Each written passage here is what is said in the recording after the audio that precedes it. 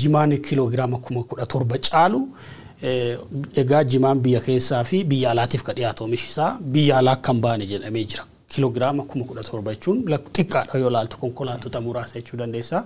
Sababa kanaan namooti jimaa bitan jimaa gadi qabaadhaan bitaa jiru because hagi jimaa biyya alaatti ergamu biyya alaa qofa osoo hin taane Oromiyaan alatti naannoo Somaaleetti ka ergamu hagi isaa gadi bu'ee kiloogiraamiin tokko birrii 700 haga 800 ka ture haga birrii 20 birrii 60 faa gurgurataati jirra jedhanii qonnaan bulaan akka dhagaa jirrutti ooyiruu jimaa oomisha qamadiitiin bakka buusuudhaa fi yaadoo jedhu jira jedhanii gabaasaalee tokko akka argaa jirrutti rakkoo kontiroobaandii to'achuudhaa fi kan jedhu ilaalaa jira. Jidduu kanatti immoo daldaltootii fi qonnaan bultooti Harargee miidhaa jabaaf saaxilamanii jiran fakkeenyaaf tibbana kan itti deemaa jiru ayyaana Ramadaanaati. Qonnaan bulaan kun jimaa kiloogiraama takka birrii 20 birrii 60tti gurguree maal bitata? Gabaasa ji'a tokko dura ministeerri daldalaa fi regional integration kan jedhamu heeyyaboota daldala jimaa 830 ta'an revoke godhee jira. Ugguree jira jedha. Sababni isaas heeyyama daldalaa kana karaa seeraan alaatiin fayyadamaati jiru. Heeyyama daldalaa kana immoo hin haaromsine kan jedhudha. Daldaltoota jimaa 830 jechuudha. Kun egaa akka Itoophiyaa keessatti namni hamma kana yeroo tokkotti daldala jimaa keessaa ba'uun mataansaa dhiibbaa salphaa hin qabaatu. Tarkaanfiin kun yoo fudhatamu riiformiin gaggeeffamee jira.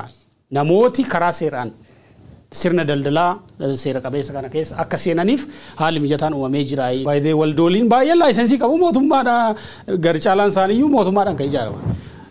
Warri kun karaa seeraatiin gara biyya alaatti akka erganiif haalli mijachuutu irra ture. Haa ta'uti garuu amma ka argaa jirru amma waldaan tokkoyyuu ka dhiyeessu gadi natti fakkaata. Jimaa kiloogiraama 17 jechuun waldaan yookiin yuuniyeeniin tokko gabaa biyya alaatti dhiyeessuuf baay'ee xiqqoodha. Mootummaan galii dhabe jedhamee oomisha jimaa kana keessatti hirmaatan qonnaan bulaa Harargee bahaa jiru, Harargee lixaa jiru, ka magaalota Harargee fi naannoo sana jiran guutuu keessa jiran jechuudha. Miiliyoonaan kan lakkaa'amutu galii malee jira jechuudha dhugaa dubbachuudha. Bifa kanaan gara gabaatti deemee guyya tokko bule faayidaan ala ta'a. Hin gubata jedha. So eenyu kaasirratti kasaaraa jiru?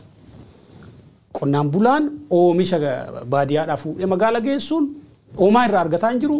Warrumti jimaa kana fuudhaa jiran illee karaatti guramaati ka jiran. Haalli kun qonnaan bulaadhaaf balaa guddaa qaba. Daldaltoota jimaatiif balaa guddaa qaba. Warra jimaa raabsaniif balaa guddaa qaba. Magaalota keessatti sochii cheenii guddaatu jira baay'ee. Magaala keessatti warri qonnaan bulaarraa fuudhan jira, konkolaachisaan jira.